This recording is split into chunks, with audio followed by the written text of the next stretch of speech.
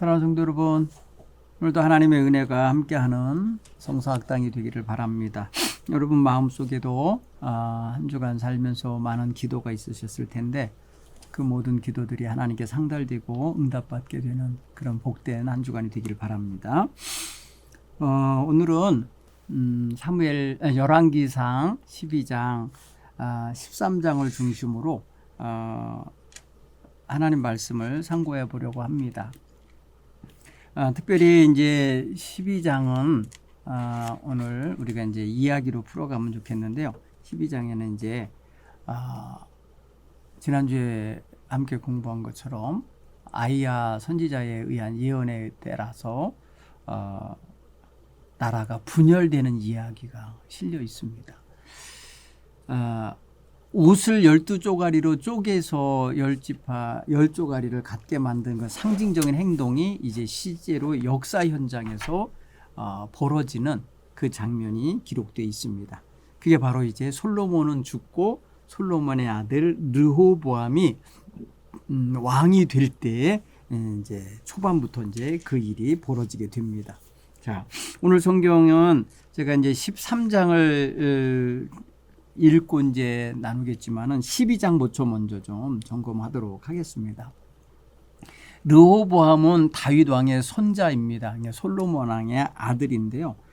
그가 왕으로 이제 서게 됐는데 그 당시에 세겜이라고 하는 성소로 이스라엘 12지파의 지도자들이 모이게 됐어요. 그때 아마 이제 그 르밧의 아들 여로보암이 솔로몬 왕의 얼굴을 피해서 애굽으로 도망갔다가 솔로몬이 죽었다는 소리를 듣고 돌아왔어요. 돌아오니까 이스라엘의 회중들이 많은 사람들이 여로보암을 앞세워서 이제 막강한 힘을 과시하면서 이제 르호보암이라고 하는 다윗의 손자 솔로몬의 아들을 찾아온 거예요. 차기 왕이 되는 사람이니까. 그래서 이미 왕이 됐어요 보니까. 근데 와가지고 뭘 요구하는 줄 아세요? 12장 4절에 보니까 왕의 아버지 곧 누구냐면 솔로몬이 우리에게 멍에를 너무 무겁게 메웠습니다. 그러니까 왕은 이제 왕의 아버지가 우리에게 시켰던 고역, 아주 고통스러운 노동이에요. 고역, 아주 매운 무거운 멍에, 세금 같은 거예요. 많은 어떤 그런 힘겹게 백성들을 힘겹게 하는 것이에요. 의무부담하게 만든 게 너무 컸어요. 그걸 좀 가볍게 하소서, 없게 해주소가 아니에요. 가볍게 해달라고 그랬어요. 그건 뭐냐면 세금도 조금 낮춰주시고 노역 부역에 동원되는 횟수도 좀 줄여주시고 뭐 이런 걸 요구한 거예요. 정당한 요구라고 좀 맞아요. 그렇게 하시면 우리가 왕을 섬기겠나이다 이렇게 말해요. 여러분 이게 뭐예요? 그렇게 하면 왕을 섬기겠습니다 라고 하는 말을 한다고 하는 거는 무슨 조건 문장 같지 않아요? 이렇게 하시면 우리도 이렇게 왕을 섬기겠습니다. 이거 보세요. 왕이 딱 등극을 했으면 왕의 명령대로 따르는 게 백성이잖아요. 그런데 아니잖아요. 그러니까 왕이 우리에게 고역을 좀 낮추시고 무거운 멍에 가볍게 해주시면 그러면 우리는 왕을 섬기겠습니다. 반대로 생각해 보세요. 그거 안 해주면 우리는 왕으로 섬기지 못하겠습니다. 이 소리 하는 거 아니에요 지금. 그러니까 왕 입장에서는 상당히 이게 말이에요 불편하게 들렸을 거예요. 그러니까 르호보암이 뭐라 하냐면 그럼 3일 후에 와라. 3일 후에 내가 다시 대답을 하겠다. 그리고 그 이스라엘의 많은 사람들, 회중들이 몰려왔었는데 3일 후에 내 앞에 다시 오라고 보냈어요. 그리고는 당시에 솔로몬 왕의 참모였고 고문이었던 그런 지혜자들, 그러니까 원로 대신들을 불러 모아서 이러이러한 요구를 내가 받았는데 왕인 나에게 이러이러한 요구를 하더이다 어떻게 하면 좋겠소 라고 했더니 백성들이 지도자들이 뭐냐면 그거 그러면 그렇게 해주십시오 이렇게 그렇게 대답을 해줬어요.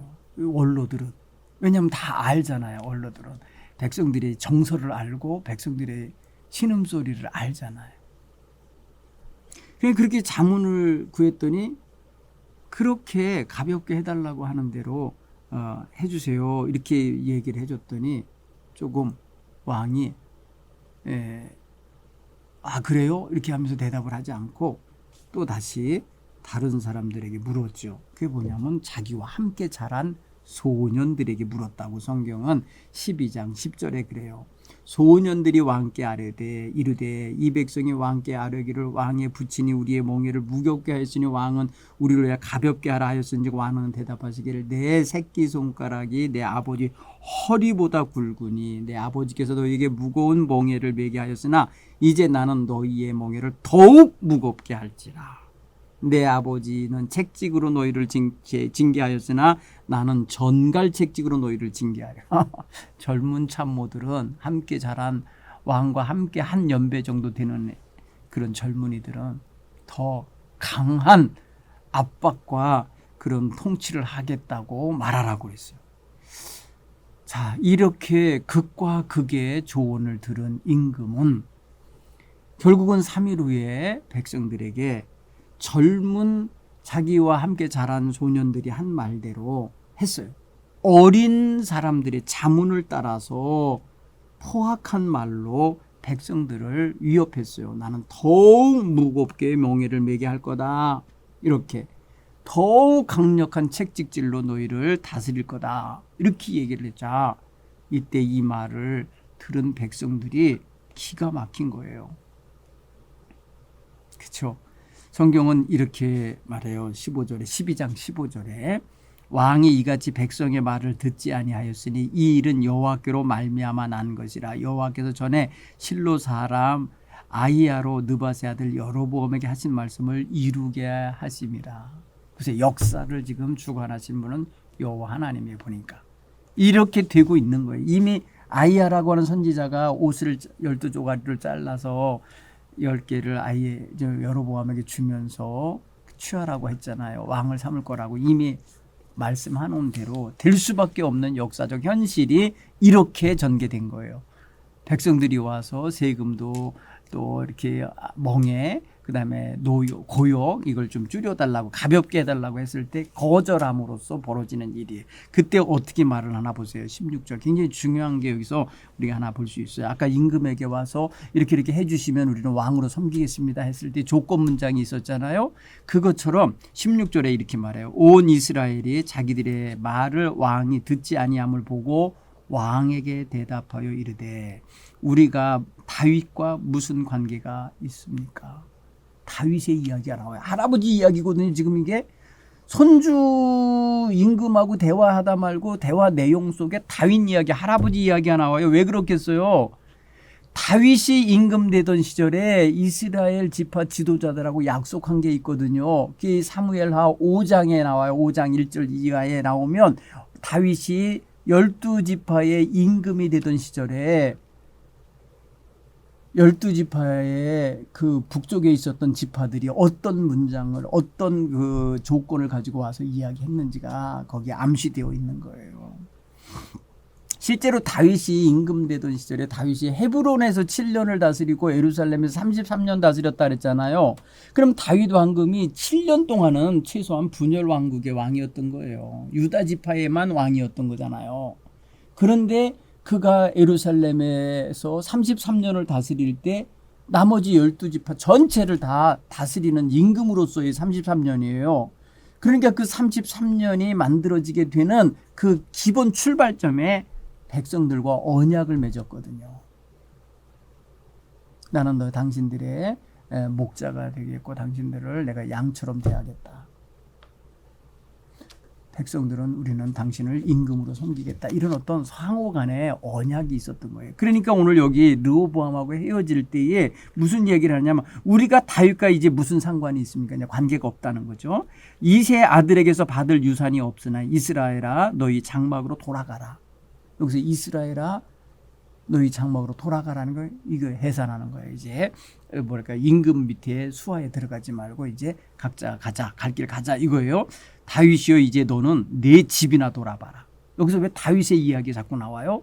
다윗아 너는 이제 내 집이나 돌아봐라. 르호보암아 이렇게 말하지 않아요. 다윗과의 관계를 지금 정산하는 거예요. 이스라엘이. 그리고 헤어져서 갔다는 거예요. 여러분 이걸 보면은 유다 지파가 지금 말입니다. 다른 지파에게 이제 왕따 당하는 격이 된 거예요. 유다 지파의 임금이 르호보암이잖아요. 근데 르호보암이 백성들의 원성과 요구사항을 무시했잖아요. 그리고 완전히 더 포갑을 하는 왕이 되겠다고 선포를 해버렸잖아요. 그러니까 갈라지게 되는 거예요. 여러분 이렇게 해서 나라가 쪼개지는 거예요. 근데 이게 하나님께서 이미 아이야 선지자를 통하여 예시하셨던 대로 이루어지고 있는 역사적 현실인 거죠.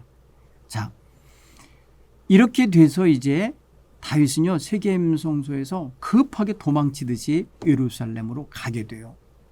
그리고 이스라엘이 다윗의 집을 배반하여 오늘까지 이르렀다 하면서 12장 19절 배반한 것처럼 이야기를 해요.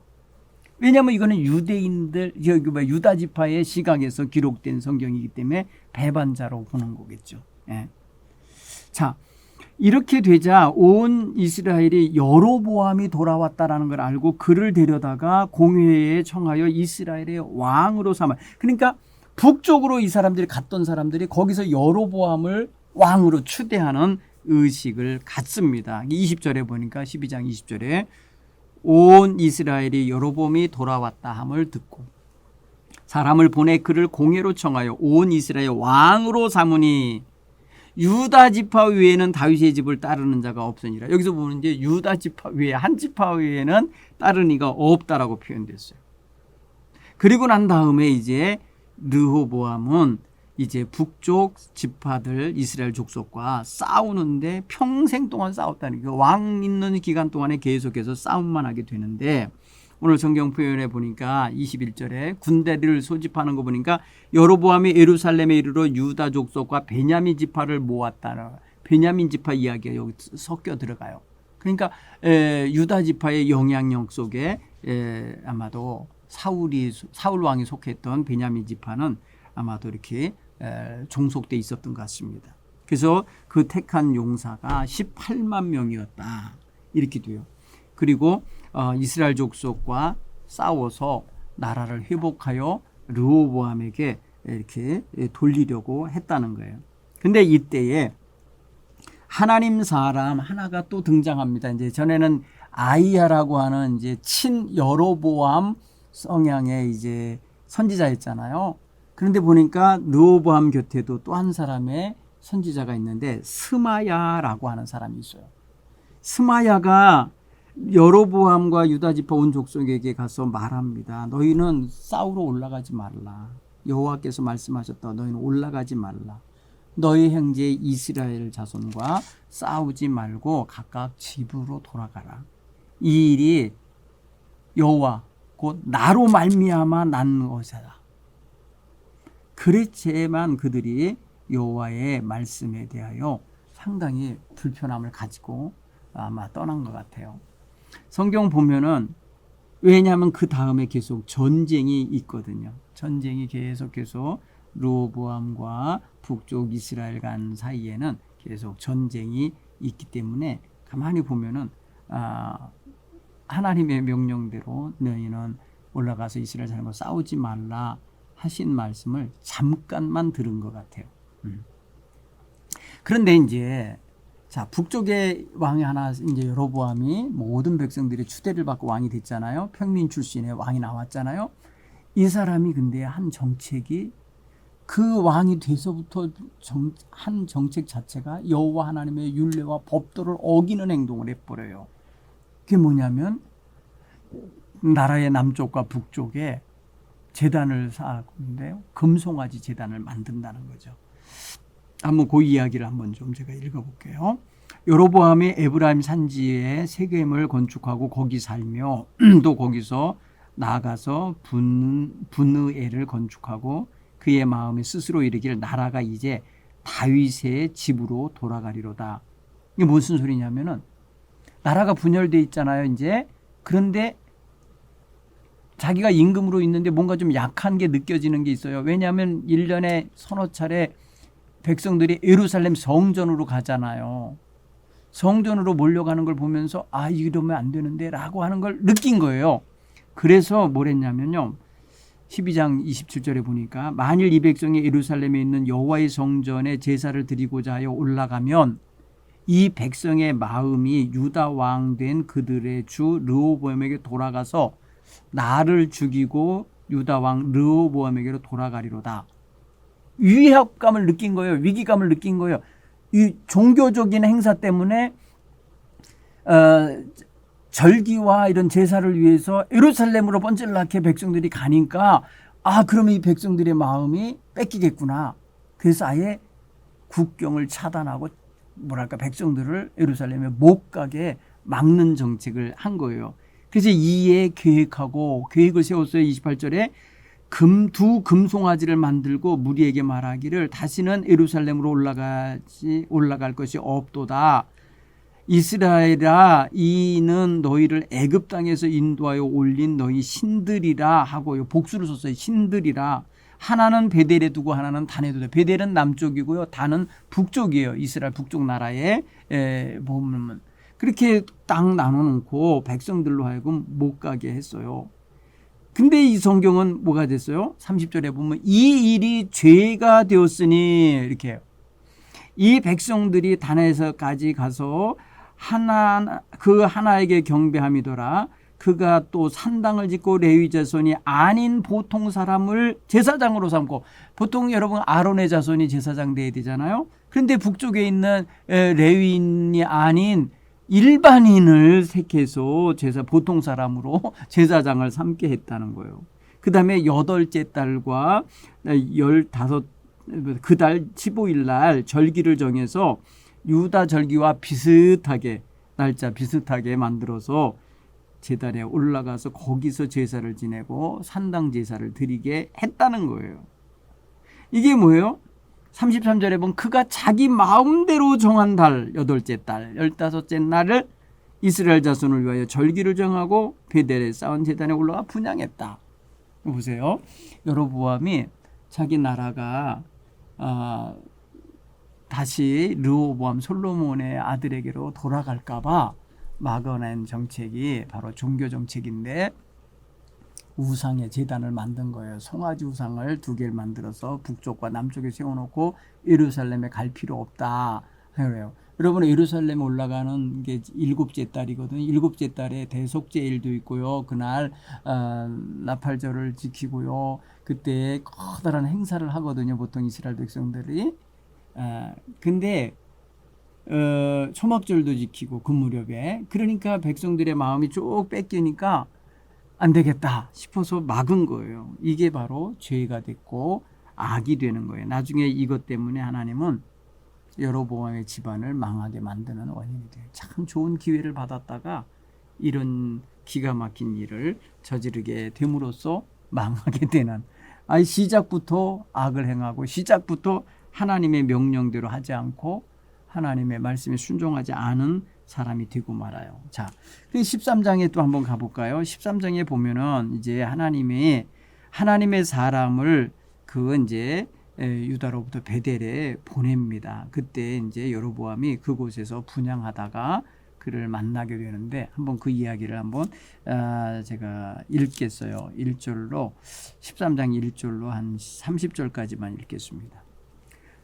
보라, 그때에 하나님의 사람이 여호와의 말씀으로 말미암아 유다에서부터 베델에 이르니 마침 여로보암이 제단 곁에 서서 분향하는지라. 하나님의 사람이 제단을 향하여 여호와의 말씀을 외쳐 이르되, 제단아 제단아, 여호와께서 이와 같이 말씀하시기를 다윗의 집에 요시아라 이름하는 아들을 낳으리니 그가 내 위에 분향하는 산당 제사장을 내 위에서 제물로 바칠 것이요 또 사람의 뼈를 내 위에서 사르리라 하셨느니라 하고, 그날에 그가 징조를 들어 이르되 이는 여호와께서 말씀하신 징조라. 제단이 갈라지며 그 위에 있는 재가 쏟아지리라 하매, 여로보암 왕이 하나님의 사람이 베델에 있는 제단을 향하여 외쳐 말함을 들을 때에 제단에서 손을 펴서 그를 잡으라 하더라. 그를 위하여 편 손이 말라 다시 거두지 못하며 하나님의 사람이 여호와의 말씀으로 보인 징조대로 제단이 갈라지며 재가 제단에서 쏟아지는지라.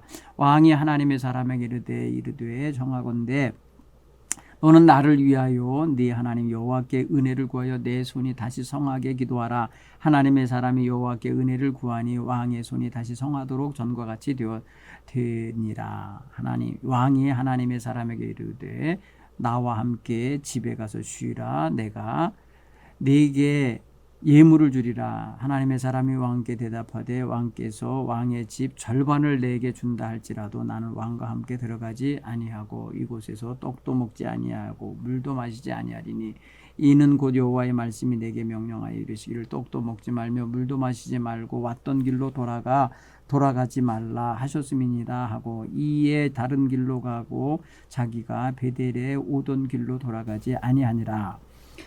베델에 한 늙은 선지자가 살더니 그의 아들들이 와서 이 날에 하나님의 사람이 베델에서 행한 모든 일을 그에게 말하고 또 그가 왕에게 드린 말씀도 그들이 그의 아버지에게 말한지라. 그들의 아버지가 그에게 이르되 그가 어느 길로 가더냐 하니 그 아들들이 유다에서부터 온 하나님의 사람이 간 길을 보았음이라. 그가 그의 아들들에게 이르되 나를 위하여 나귀의 안장을 지우라. 그들이 나귀의 안장을 지우니 그가 타고 하나님의 사람을 뒤따라가서 상수리 나무 아래 앉은 것을 보고 이르되 그대가 유대에서 온 하나님의 사람이냐 대답하되 그러하다. 그가 그 사람에게 이르되 나와 함께 집으로 가서 떡을 먹으라. 대답하되 나는 그대와 함께 돌아가지 못하겠고 그대와 함께 들어가지도 못하겠으며 내가 이곳에서 그대와 함께 떡도 먹지 아니하고 물도 마시지 아니하리니 이는 여호와의 말씀이 내게 이르기를 네가 거기서 떡도 먹지 말고 물도 마시지 말며 또 네가 오던 길로 돌아가지도 말라 하셨습니다. 그가 그 사람에게 이르되 나도 그대와 같은 선지자라. 천사가 여호와의 말씀으로 내게 이르기를 그를 내 집으로 데리고 돌아가서 그에게 떡을 먹이고 물을 마시게 하라 하였느니라 하니 이는 그 사람을 속임이라. 이에 그 사람이 그와 함께 돌아가서 그 집에서 떡을 먹으며 물을 마시니라. 그들이 상 앞에 앉아 있을 때에 여호와의 말씀이 그 사람을 데려온 선지자에게 임하니 그가 유다에서부터 온 하나님의 사람을 향하여 외쳐 이르기를 여호와의 말씀에 네가 여호와의 말씀을 어기며 네 하나님 여호와께서 네게 내리신 명령을 지키지 아니하고 돌아와서 여호와가 너더러 떡도 먹지 말고 물도 마시지 말라 하신 곳에서 떡을 먹고 물을 마셨으니 네 시체가 네 조상의 묘실에 들어가지 못하리라 하셨느니라 하니라. 그리고 자기가 데리고 온 선지자가 떡을 먹고 마신 후에 그를 위하여 나귀 안장을 지우니라. 이에 그 사람이 가더니 사자가 길에서 그를 만나 물어 죽임에 그의 시체가 길에 버림받으니 나귀는 그 곁에 서 있고 사자도 그 시체 곁에 서 있더라. 지나간 사람들이 길에 버린 시체와 그 시체 곁에 선 사자를 보고 그 늙은 선지자가 사는 성읍에 가서 말한지라. 그 사람을 길에서 데리고 돌아간 선지자가 듣고 말하되 이는 여호와의 말씀을 어긴 하나님의 사람이로다. 여호와께서 그에게 하신 말씀과 같이 여호와께서 그를 사자에게 넘기심에 사자가 그를 찢어 죽였도다 하고 이에 그의 아들들에게 말하여 이르되 나를 위하여 나귀의 안장을 지우라. 그들이 안장을 지우매 그가 가서 본즉 그의 시체가 길에 버린 바 되었고 나귀와 사자는 그 시체 곁에 서 있는데 사자가 시체를 먹지 아니하였고 나귀를 찢지도 아니하였더라. 늙은 선지자가 하나님의 사람의 시체를 들어 나귀에 싣고 가지고 돌아와 자기 성읍에 들어가서 슬피 울며 장사하되 곧 그의 시체를 그의 묘실에 두고 오라. 내 형제여 하며 그를 위하여 슬피 우니라. 아멘. 여러분 오늘 성경 이야기에 하나님의 사람이 하나님의 명령대로 일을 잘 하다가 다른 사람이 속임수에 빠져서 그 말에 넘어가서 왔던 길로 돌아가서 떡도 먹고 물도 마신 것 때문에 하나님께 징계를 당하여 죽었다는 이야기가 담겨 있습니다. 나라가 깨진 것도 지금 하나의 큰 사건인데 이렇게 하나님의 사용하시는 하나님의 사람이 곁길 나갈 때에 하나님께서는 하나님의 사람임에도 불구하고 버리신다는 거예요. 징계하신다는 거예요. 여러분 오늘 그 이야기의 배경은 북쪽 이스라엘 임금이 베델과 단에 송아지 우상을 만들어 놓고 그것을 애굽에서 인도한 신이라 이렇게 섬기는 모습을 백성들에게 보여주고 백성들 모두로 하여금 예루살렘에 내려가지 않아도 되는 걸 자꾸 강화시키고 있을 그 무렵에 하나님의 사람이 가서 그 제단이 이제 파괴될 것이고 이제 다윗의 자손 가운데 요시아라고 하는 아들이 태어나면 그 아들에 의하여 이제 그 제단들이 이제 일소될 거다. 그 위에서 거기서 제사 지내던 제사장이 거기에서 죽임을 당하고 그 짐승을 잡아서 하나님께 제물을 드린다는 이 그 제단에 사람의 시체가 태워지는 마치 화장장 같이 사용될 거라고 하는 저주를 내리고 그 증표로 지금 이 제단이 갈라져서 지금 현재 타고 있는 그 제단에 있는 재가 바닥으로 쏟아지게 될 거다라고 얘기를 했다는 거죠. 그때에 분양을 하던 이 여로보암 왕이 자기가 지금 백성들 앞에서 종교 행위를 하면서 이제 예루살렘에 안 내려가도 되고 여기서도 된다라는 걸 보여주고 있는 판인데 그거에 저주를 내리니까 당장 저놈을 잡아라 하고 그 하나님의 사람을 잡으라고 명령을 내리면서 손을 뻗었는데 그 손이 말라버렸어요. 말랐다고 성경 표현해서 그래서 걷어들이지도 못하고 이렇게 돼 있을 때 깜짝 놀래고 이 여로보암 왕이 하나님의 사람에게 부탁을 하잖아요. 나를 위해서 하나님께 은혜를 구해서 이 편 손이 치유되게 해달라. 그랬더니 그렇게 기도해서 회복이 됐어요. 그때의 왕이 이 하나님의 사람의 말을 듣기 위해서 나랑 같이 왕궁으로 들어가자. 내가 너에게 상도 주고 너를 잘 대접하겠다 그랬더니 아니라고. 난 가지 않겠다고. 왕의 초대에 거절하잖아요. 하나님의 사람이 왕의 호의에 거절하잖아요.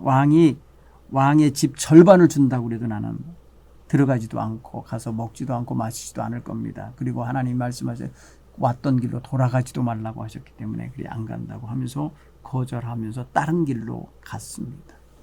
자, 이게 하나의 이야기고 그 다음 이야기가 이제 그렇게 왔던 사건이 그렇게 있었던 사건 이야기가 거기에 베델에 있는 한 늙은 선지자에게 전달돼 그 자식들에 의해서 그러냐 그런 분이 왔었냐 그랬었냐 하면서 할 때 여기에 이 늙은 선지자가 아마도 여로보암 편에서 일하던 사람이었던 거예요. 그죠? 그러니까 속임수를 쓰러 가는 거예요.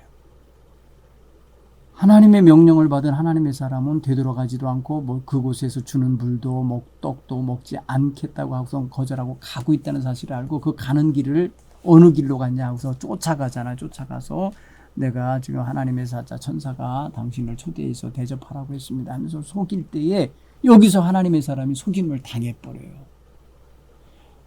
하나님이 나에게 명령을 했으면 나에게 계속해서 말씀하실 거라는 믿음을 가지고 해야지 왜 딴 사람이 와서 전하는 말에 속임을 당하고 글로 넘어갔냐 이거예요.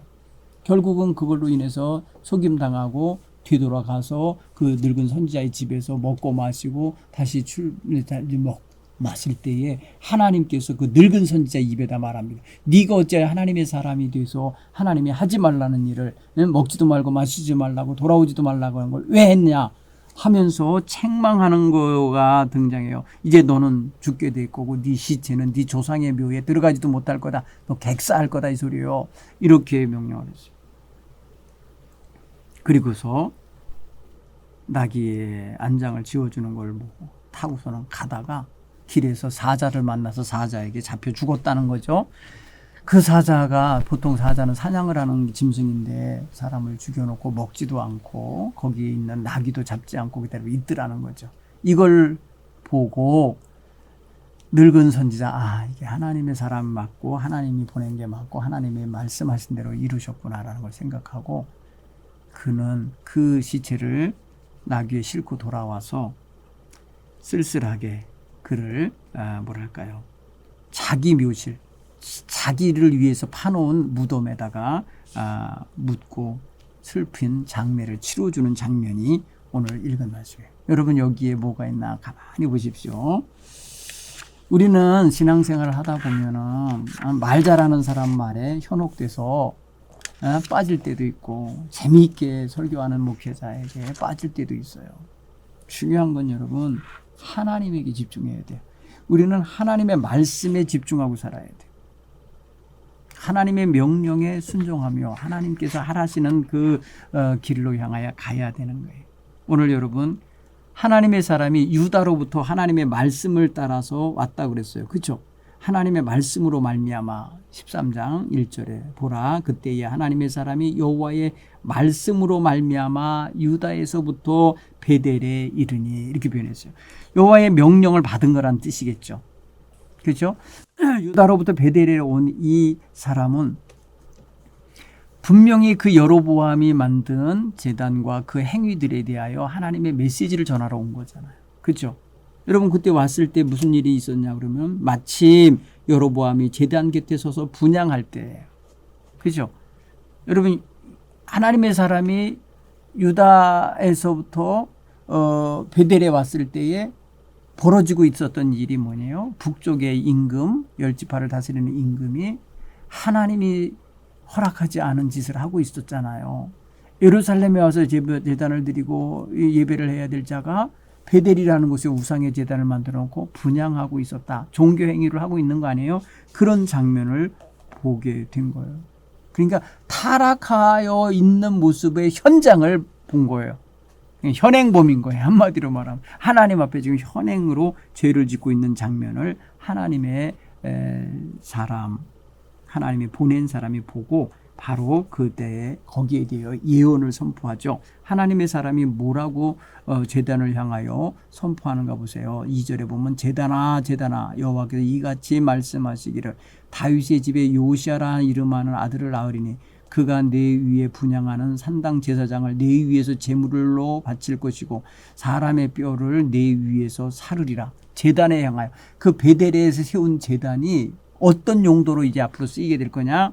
거기서 분향하며 제사를 집례하던 제사장이 죽어서 거기서 제물이 될 거고, 그리고 사람의 뼈가 거기서 불살라지는 마치 화장하는 현장이 될 거다. 그러니까 여러분 이게 얼마나 저주스러운 거예요. 제단이 말입니다. 하나님께 예배하고 제사하고 하면서 거룩하고 하늘에 하나님을 기쁘시게 하는 제단이 되어야 되는데 이게 사람을 태우는 가 된다는 거는 말 그대로 제단이 아니라는 거죠. 제단으로서 설 수가 없는 거라는 거죠. 그 다음에 또 그 다음 연이 뭐냐면 그날의 징조가 이런 것이 있을 거야. 그날이 그런 일이 일어날 거라는 징조를 지금 보여줄 건데 이 제단이 갈라져서 그 위에 있는 재가 쏟아지는 일이 벌어질 거다. 이렇게 말해요. 여러분 제단이 갈라진다는 게 뭐예요? 견고하게 돌로 싸서 이렇게 말하면 잘 쌌던 그게 쫙 쪼개진다는 거 아니에요? 갈라진다는 거는 그리고 그 위에 있었던 불 타는 거인데 재가 밑으로 쏟아지는 모습을 보게 될 거다. 이렇게 예언을 했어요. 그랬더니 정말 그런 일이 벌어지죠. 네. 자, 이렇게 할 때 이런 예언을 하면은 여로보암 입장에서는 백성들과 함께 이렇게 하고 있는데 그런 말을 하면은 굉장히 기분 나쁘고 내지는 자기 권위가 떨어지고 자기의 종교 정책이 지금 실패한 거고 잘못됐다는 것을 공개적으로 말한 게 되니까 화가 나서 그 하나님의 사람을 잡아라. 체포령을 내렸는데 체포하라고 할 때 손을 펼쳐서 얘기했는데 그 손이 어떻게 됐다 그랬어요? 말라버렸고 걷어들이지 못하게 됐다. 마비된 거죠. 탁 말랐다는 표현이 왜 딱딱하게 장작구듯이 굳어버린 거죠. 그렇게 마비가 돼버렸어요. 그때 하나님의 사자인 하나님의 사람에게 부탁하자 청하건대 6절에 보니까 나를 위하여 내 하나님 여호와께 은혜를 구하여 내 손이 다시 성하게 기도하라. 하나님의 사람이 여호와께 은혜를 구하니 왕의 손이 다시 성하도록 전과 같이 되니라. 그 순간 마비됐던 거, 순간 마비돼서 이렇게 말른 장작처럼 이렇게 굳어 있었던 것이 다시 기도하였을 때에, 중보기도 했을 때에 회복됐다는 거예요. 자, 이게 바로 뭐예요?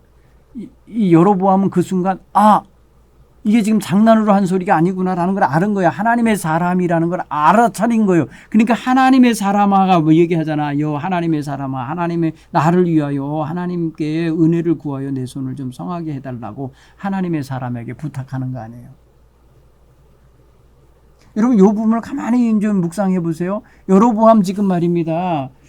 졸지의 왕이 된 사람인데 왕으로서의 해야 될 일 가운데 백성들을 잘 이끌어 가야 되고 하나님이 다윗과 같이 행하고 내가 명령한 대로 행하면 내가 너 견고한 집을 세워주겠다는 약속도 받은 사람인데 지금 하고 있는 일이 엉뚱한 일이었잖아요. 근데 하나님의 사람이 와갖고 저주하잖아요. 그를 들으면서 이 사람 영적 감각이 순간 깨어난 거죠. 깨어나면서 이게 하나님의 사람이 지금 온 거 맞구나 이걸 아는 거예요. 그래서 자기 손이 마비됐다가 풀어지는 걸 보면서 그는 하나님의 어떤 능력을 경험하게 되는 거예요. 여러분 이게 정말 이제 자기가 좀 회개하고 정리해야 되는 일이잖아요. 근데 그걸 못해요. 기적을 체험했고 자기 몸으로 신유의 은혜를 받았지만은 하나님께 돌아오지 않아요. 악한 길에서 떠나지 않아요. 그 제단을 무너뜨리고 제거하지 않아요. 그 마음은 끝까지 하나님께 등 돌리고 가는 방향으로 갑니다. 나중에 그래서 이 여로보암의 집의 이름은 저주스러운 이름으로 해요. 걸음터가 되게 느밧의 아들 여로보암의 집같이 만들겠다 이렇게 할 때에 그 저주받아서 걸음터가 되게 만든 것 같은 그런 이야기가 이제 계속해서 반복해서 나올 거예요. 자, 또 점검해야 될 부분이 있다면요. 13장 9절 10절에 보면은 하나님의 사람이 하나님께로부터 받은 명령이 또 한 가지가 있었어요. 그 뭐예요? 그들이 초대해서 뭔가를 대접하려고 할 때 거절해야 되는 이유를 거기에 주셨어요. 그죠? 9절에 보면 여호와의 말씀이 내게 명령하여 이르시기를 떡도 먹지 말며 물도 마시지 말며 왔던 길로 돌아가지도 말라 하셨습니다. 그렇기 때문에 왕의 초대마저도 거절하는 거예요. 왕이 들어와서 먹고 마시다가 가라고 이렇게 초대할 때에 쉬라고 할 때에 안 된다고 하는 거예요. 그렇죠? 그 다음에 다른 길로 돌아갔다 그랬어요. 오늘 성경 10절에 보면 이에 다른 길로 가고, 왜냐면 왔던 길로 돌아가면 또 안 돼. 그러니까 다른 길로 돌아서 이제 유다로 돌아가려고 이제 출발하는 장면을 19장 10절에서 13장 9절 10절에서 볼 수가 있어요. 자, 하나님의 사람이 늙은 선지자라고 하는 사람에 의하여 이제 농락당하고 속임당하고 그러는 장면이 이제 주목되는데, 여러분 여기서 우리는 또 영적으로 우리 자신에게 조금 이야기를 해야 돼요. 거짓말에 속아 넘어가는 거예요. 영적 거짓말. 여러분 성경 이야기 들어대면서 하니까 다 좋은 걸로 하지만은 사실 이런 거 굉장히 영적으로 우리가 분별해야 될 부분이에요. 왜냐하면은요, 이 늙은 선지자가 하나님의 천사가 자기한테 말했다고 그러잖아요. 그러니까 그 말을 듣고는 어떻게 돼요? 속아 넘어가는 거 아닙니까? 그래서 하나님의 명령을 본의 아니게 어기게 되는 기가 막힌 현실이 돼요.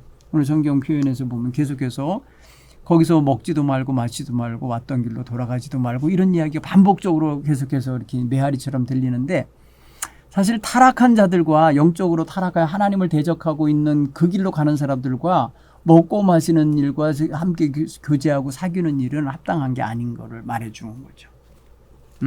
자, 하나님의 사람이 늙은 선지자, 이 늙은 선지자 이름도 안 나와요. 이 사람이 정말 아주 사악한 역할을 하는데 거짓말을 하면서 속여놓으면인데도 이 사람 이름도 밝히지 않아버려요. 성경은 이 사람들도 역시 저주받을 인생들이라 관심이 없는데 하나님의 사람이 속아 넘어갔다는 거에 있어서 주목하라고 말해주는 거예요. 여러분, 이 하나님의 사람이 사실 먼 길 왔다 가기 때문에 목마르기도 하고 배고프지 않겠어요. 그렇죠? 근데도 잘 참고 가고 있던 길인데 속임수로 그를 자기 집으로 데리고 돌아와 버리는 이 간교한 늙은 선지자의 이런 역할, 요거 여러분 우리가 조심해야 돼요. 경계해야 돼요. 유다에서 왔다가 가면서 이제 속임 당하는 장면이 어디 나오느냐 하면은 20절, 21절, 22절에 보면은 이렇게 있어요. 돌아온 거잖아요. 그죠? 와갖고 먹고 마시고 있었잖아요. 그럴 때에 그 사람이 하는 소리가 이런 말을 해요. 그건 이제 하나님이 그 늙은 선지자에게 아마 담아준 말씀인 거예요. 이렇게 말해요. 그들이 상에 앉아 있을 때에 여호와의 말씀이 그 사람을 데리고 온 선지자에게 임하니 유다에서부터 온 하나님의 사람을 향하여 외쳐 이르기를 여호와의 말씀에 네가 여호와의 말씀을 어기며 네 하나님 여호와께서 네게 내리신 명령을 지키지 아니하고 돌아와서 여호와가 너더러 떡도 먹지 말고 물도 마시지 말라 하신 곳에서 네가 떡을 먹고 물을 마셨으니 네 시체가 네 조상들의 묘실에 들어가지 못하리라 하셨느니라. 이 늙은 선지자가 예언자 역할을 하는 거예요. 지금 순간. 왜? 식사 도중에 여호와의 말씀이 그 늙은 선지자에게 임한 거예요. 그래서 유다에서부터 온 하나님의 사람에게 너 왜 하나님 말씀을 어겼냐고. 너 이제 넌 죽어서 조상의 무덤에 묻히지도 못할 거다.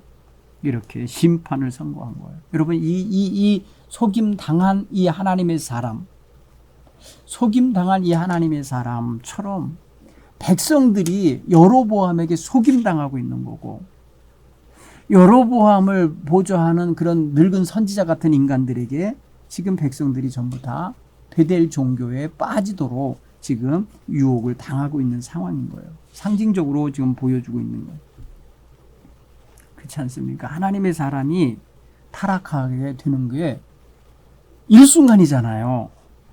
그죠? 물론 그 사람들이 그래요. 하나님이 천사가 그렇게 말했다고 하니까 그냥 아마도 거기에 빨려 들어간 거예요. 그죠?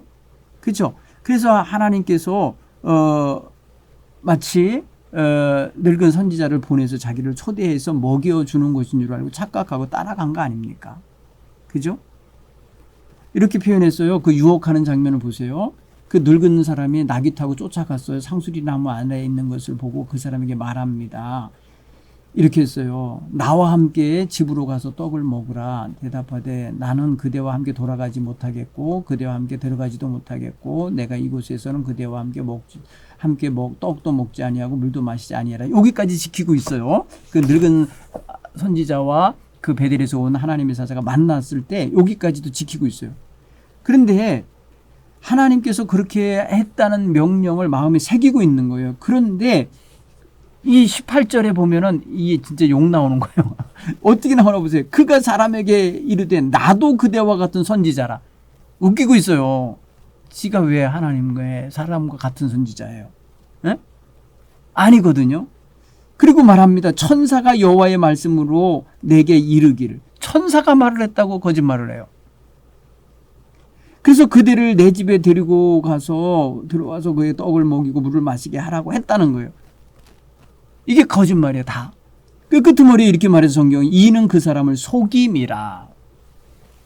여러분, 속임수는 정말 간교합니다. 사람의 마음을 아주 때로는 감동도 시켜요. 진짜 광명의 천사같이 위장도 해요. 그러니까 여호와의 말씀으로 꾸미기도 해요. 그러니까 여러분, 하나님의 말씀이라고 말한다고 해서 다 여러분 말이에요, 선한 것으로 착각하면 안 되는 거예요. 성경 이야기한다고 해서 다 그 사람이 진리를 말하고 있는 것처럼 말하면 안 돼요. 여러분, 이단자들이 다 성경 갖고 이단이 된 거예요. 성경을 가지고. 그걸 생각하면 여러분, 하나님 말씀은 결코 바뀌지 않는 건데 바꿔치기를 해버렸잖아요. 자기들의 속임수로. 근데 그걸 간파하지 못하고 거기에 빠져들어갔잖아요. 여러분, 우리 가끔 그런 거 있어요. 여러분, 그 선전할 때 보면 유사품에 주의하세요. 뭐 이런 거죠. 유사품. 예? 어떤 물건에 정품이 있으면 거기에 짝퉁이 있단 말이에요. 짝퉁이 유사품이에요. 짝퉁을 경계하세요. 짝퉁을 주의하세요. 이렇게 말할 때 사람들이 짝퉁인 줄 알면서도 요즘엔 사더라고요. 왜? 정품을 살 돈도 없고 그럴 만한 재력이 안 되니까 짝퉁이라도 사서 정품인 것처럼 그렇게 꾸미고 살고 싶은 그런 어떤 허시기의 마음, 허례허시기의 마음이 있어서 그럴 거예요. 근데 여러분, 항상 유사품에 주의하세요. 아니면 가짜에, 아니면 뭐랄까요, 짝퉁에 속아 넘어가지 마세요. 늘 들으면서 경계할 것 같은데 안 그렇다니까요. 넘어간다니까요. 당장 여러분 돈 많이 벌게 해준다니까 간다니까요. 예. 예. 여러분, 잠깐 무슨 고수익 무슨 뭐 아르바이트 하는 거 있습니다. 물건 전달하는 겁니다. 이렇게 해갖고 뭐 보이스피싱에 연루된 사람들도 있어요. 진짜 배달하는 거잖아요. 돈 배달. 여기서 받아서 저기다 넣어주는 역할인데 여러분, 그게 바로 고수익 아르바이트라고 말이에요. 해갖고 쓰임받는 사람이 많습니다. 지금. 조심하셔야 돼요. 자, 적용을 해볼까요? 13장 이야기를. 여로보암은 여호와의 성전이 예루살렘에 있어야 하는 것을 알면서도 정치적인 이유로 자기 나라를 강화하기 위해서 북쪽에 금송아지를 두 곳에 세웠죠. 그중 하나는 저 꼭대기 북쪽에 단, 그리고 또 남쪽에 베델에다가 세워놓고 지금 백성들을 그리로 종교적 호도를 하면서 잘못된 오도하면서 이끌어갔죠. 자, 그렇게 보면은 이 잘못된 길인 줄 알면서도 죄를 짓는 거예요. 하나님의 사람이 와가지고 저주하면서 심판을 선언함에도 불구하고 안 돌이키잖아요. 그걸 보면서 여러분, 죄인 줄 알면서 잘못된 것인 줄 알면서도 저지르는 그런 어떤 오류와 허물 경험 있으시죠? 그런 거 여러분 빨리 제거하고 끊어내셔야 돼요. 안 되는 줄 알면서 왜? 안 되는 줄 알면서 왜 가? 그죠? 자, 이 여로보암 같은 경우는 지금 사실 행하는 행동을 봤을 때 배은망덕한 행동을 하는 거예요. 그죠? 왕 되게 평민이, 예? 망명자가 왕 되는 이런 은총까지 입었고 왕족이 됐으면 감사하고 감지덕지하고 다윗처럼 나도 한번 살아봐야지. 이 북쪽 나라에 다윗과 같은 나라를 만들어야지. 이러면서 좀 선한 길을 가면 좋았으련만 그러질 않았어요. 자, 두 번째 한번 또 적용해 볼까요? 늙은 선지자는 하나님의 사람을 죽여버렸잖아요. 죽게 만들잖아요. 사실은 자기가 직접 죽인 건 아니지만 속여서 하나님의 말씀을 어기게 만들었고 어긴 결과 하나님의 심판으로 길에서 사자에게 죽게 하잖아요. 이렇게 하나님의 사람이 죽자 그의 죽은 시체를 베델로 데리고 와서 하나님의 명령을 전했던 그 내용 있잖아요. 그 제단에 대해서 제단이 이제 무너질 거고 거기서 사람이 이렇게 이제 제사장이 거기에 제물로 올려질 거고 사람의 뼈가 태워질 거라고 하는 그 예언이 이루어질 거라는 걸 알아. 왜? 지금 현장에서 하나님 명령대로 안 한 사람이 죽는 걸 보고 그거를 그는 알아요. 이게 증표구나. 여호와의 말씀대로 되겠구나라는 걸 알아요. 여러분 오늘 우리도 하나님의 말씀이 우리의 삶 속에서 증표가 되고 있는가? 신앙의 증표로서 하나님의 말씀이 내 인생의 사인으로 또 때로는 하나님의 말씀대로 이루어지는 어떤 기념비로 작용을 하는가 보시기 바랍니다. 하나님의 말씀한 대로 이루어지는구나. 이거 하나님의 뜻대로 된 거구나 라는 거를 깨달아지는 거 있잖아요. 일이 지나간 다음에 깨닫는 경우가 많아요. 지금 이 일이 진행되는 동안도 아는 영적으로 민감한 사람은 그것도 알아차려요. 그리고 어느 사람은 더 민감하고 깨닫는 사람은 곧 그렇게 될 거라는 거, 아직 이루어지지 않았는데 이루어질 거라는 것도 확신해요. 왜? 하나님의 말씀에 대한 확고한 믿음이 있으니까 가능해요. 여러분 지금 이 늙은 선지자는요, 하나님의 사람이 유다로부터 와서 베델에 와서 예언을 했고 예언하고 돌아가는 길에 속여서 그를 데려왔는데 먹였잖아요. 그때 하나님의 말씀이 임해서 왜 말씀을 어겼냐고 책망하고 너 이제 네 조상의 묘실에 네 시체가 들어가지 못할 거라고 한 말이 이루어졌잖아요. 그걸 보면서 결국은 하나님이 자기 이 속임수를 쓰었던 자기 입을 통해 하신 말씀도 이루시는 판에 이 하나님의 사람이 정식으로 와서 선포한 그 말씀도 이루어지겠구나. 이거를 알아요. 그러니까 자기 눈앞에서 벌어진 일을 보고 앞으로 장차 이 베델 제단이 어떻게 될 거라는 것도 알게 되는 거예요. 여러분 오늘 그런 면에서 우리는 하나님의 말씀을 기념비로 아니면 어떤 그 사인으로 증표로 삼을 줄 알아야 돼요. 하나님 말씀이 솔로몬 때도 이렇게 됐네. 이렇게 또 그 다음에 다니엘 때도 이렇게 됐네. 그런다면 지금 나 때도 하나님 말씀은 그대로 이루어질 거라는 걸 믿으셔야 돼요. 이미 성경의 증표들로서 기록된 것을 나의 증표로 삼을 수 있고 그 다음에 우리가 지금 살아오면서 우리의 믿음의 1대, 2대, 3대 걸어오는 동안에 부모님, 조부모님들이 믿음으로 어떤 축복을 받았었는지 사인을 받았잖아요. 다. 그러면 내 삶에도 어떻게 될 거고 내 자녀들의 삶에도 어떻게 될 거라는 걸 이걸 확신하며 살았으면 좋겠어요.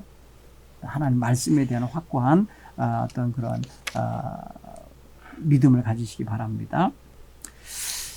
세 번째로 우리의 삶에 한번 좀 이렇게 적용해 볼 게 있는데요. 여로보암이 하나님의 사람을 체포하라고 이렇게 명령 내릴 때 손을 펼쳤는데 그게 말라버렸다 그랬잖아요. 말랐는데 하나님의 사람에게 부탁을 해갖고 나 좀 치료받게 해달라고 했을 때 중보기도 해줬을 때에 치료받았잖아요. 그러면 보세요. 여기서 여로보암은 하나님 앞에 돌이킬 수 있는 기회를 받은 거였어요. 아, 하나님이 하시는 일이구나. 하나님이 이걸 싫어하시는구나. 여봐라, 이 재단을 없애라. 뭐 이렇게 했어야 되는 거 아니냐는 거예요. 이 중요한 기회를 놓쳐버려요. 오늘 우리는 하나님의 말씀을 체험하고 기적을 체험하고 하나님께서 나의 인생에 개입하여 오셔서 일하신 것을 경험하면서 새로운 기회를 주셨는데 그 기회를 자신의 삶을 변화시키는 데 사용하지 못하고 있진 않나. 하나님이 주신 기회를 놓치고 있는 건 아닌가 점검하실 수 있으면 좋겠어요. 여로보암은 바로 그런 기회를 초반에 놓친 거예요. 그래서 결국은 그 집안은 망해요. 하나님이 약속한 거 다윗과 같이 집을 든든히 세우시겠다는 약속을 받은 사람인데 그걸 놓쳐요. 왜? 그가 잘못된 판단과 생각과 행동을 했기 때문에 그렇게 되고 말아요. 자, 오늘 우리는 우리의 삶 속에 하나님의 말씀이 개입하셔서 역사한다는 걸 믿으시기 바랍니다. 그리고 그 말씀이 나의 인생에 사인이 되고 앞으로 내 자녀들도 내가 믿음으로 살아가면서 경험했던 것들이 그대로 사인되고 증표가 돼서 그 아이들도 잘 믿게 만드는 이러한 지침이 됐으면 좋겠어요. 그게 바로 여러분 우리가 신앙교육을 자녀에게 잘 시키는 비결이에요. 우리가 돌아가신 부모님, 지금 연로하신 부모님들의 믿음 생활에서 좋은 교훈을 얻듯이 우리의 삶을 통해서도 우리의 자녀들이 그러한 삶의 믿음의 교훈을 얻을 수 있도록 살아내는 그런 귀한 믿음의 자세가 있길 바랍니다.